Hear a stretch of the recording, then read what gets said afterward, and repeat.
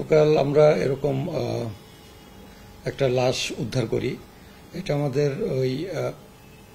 আমাদের যে টিমটা ছিল, দুইটা ড্রাম কে বা কারা ওই হাইকোর্টের যে পানির পাম্পটা আছে মাজার গেটের পাশে এখানে রেখে যায়। তো এখানে অনেককে জিজ্ঞাসাবাদে জানা যায় যে একটা ভ্যানে করে দুইটা ড্রাম এখানে রেখে গেছে, ভ্যান গাড়িটা চলে যায় আর কি।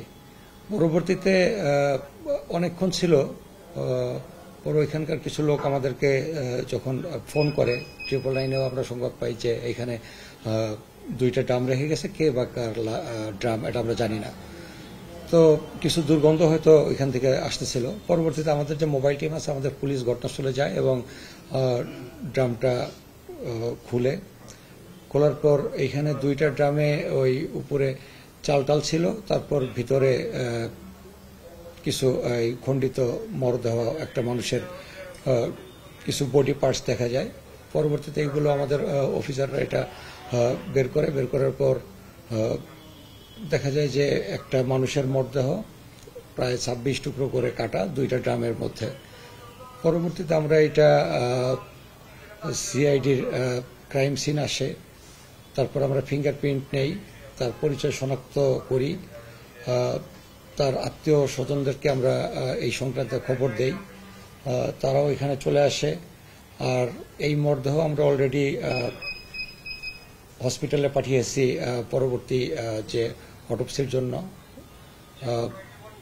আইনগত যে কার্যক্রম আছে কার্যক্রমগুলো আমরা অলরেডি ইতিমধ্যে গ্রহণ করেছি। মামলা হয়ে গেছে। আমরা এখন এই মামলাকে এই মামলার পুরো ঘটনাটা আমরা আসলে তদন্তের পর, যেহেতু কত 12-13 ঘন্টা অলরেডি হয়ে গেছে, তো আমরা খুব শিগগিরই হয়তো এটার থেকে একটা ভালো মামলাটা যত দ্রুত সম্ভব আমরা তদন্ত করে প্রকৃত আসামিকে আমরা গ্রেপ্তার করতে সক্ষম হব। না, এখানে আমরা অজ্ঞাতনামা আসামির বিরুদ্ধে তারা মামলা করেছে।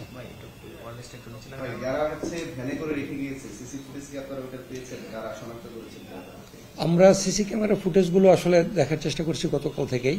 তো আজকে আমরা যে আরো কিছু সিসি ক্যামেরা ফুটেজ বাকি আছে, এই সিসি ক্যামেরা ফুটেজগুলো কালকে রাত হয়ে গেছে, এই জন্য আমরা ওই হাইকোর্টের যে সিসি ক্যামেরা ফুটেজগুলো আছে এগুলো পাই নাই। তো আজকে হয়তো পেয়ে যাব। তো এই প্রত্যেকটা সিসি ক্যামেরা ফুটেজ আমরা আসলে যাচাই বাছাই করলেই প্রকৃত রহস্য হয়তো উদ্ঘাটন হবে। সিসি ক্যামেরা ফুটেজ দেখে আমরা হয়তো অনেক তথ্যই পাবো। আমরা তার যে স্বজনের সাথে কথা বলছি, তারা বলছে যে তার সঙ্গে আসা একজন বন্ধু ছিল জরেজ নাম তার, এবং তার ফোনটা যে মারা গিয়েছেন আশরাফুল হক, তার ফোন হচ্ছে জরেজের কাছে আছে। তো আপনারা ওই ফোন কি ট্র্যাক করতে পেরেছেন কিনা বা চেষ্টা করছেন কিনা? আসলে এই পুরো বিষয়টা আসলে তদন্তাধীন একটা বিষয়। আমি অনেক কথাই আসলে তদন্ত চলমান থাকা অবস্থায় অনেক কিছুই আমি আসলে বলতে চাচ্ছি না বা বলবো না এখনো এইটা বলার মতো ম্যাচুরিটি আসে নাই। এটা আরেকটু ম্যাচিউর হোক, তথ্যগুলো দেওয়ার জন্য। আমরা যতটুকু জেনেছি সে বিজনেস করতেন, বিজনেস পারপাসের কাজে ঢাকায় আসছিলেন। টাকা পাওনা দাওয়ানোর বিষয়ে কোনো কিছুতে এই হত্যাকাণ্ড ঘটেছে কিনা এটা সানশাইন আটা ময়দা সুজি। ভালোবাসায় তৈরি।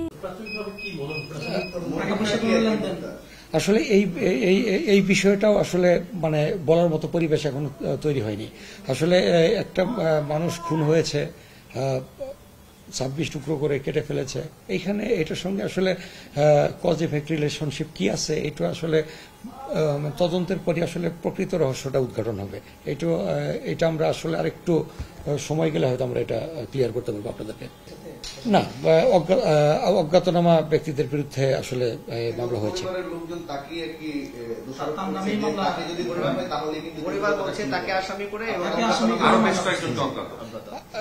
অজ্ঞাতনামা ব্যক্তিদের বিরুদ্ধেই মূলত মামলা হয়েছে।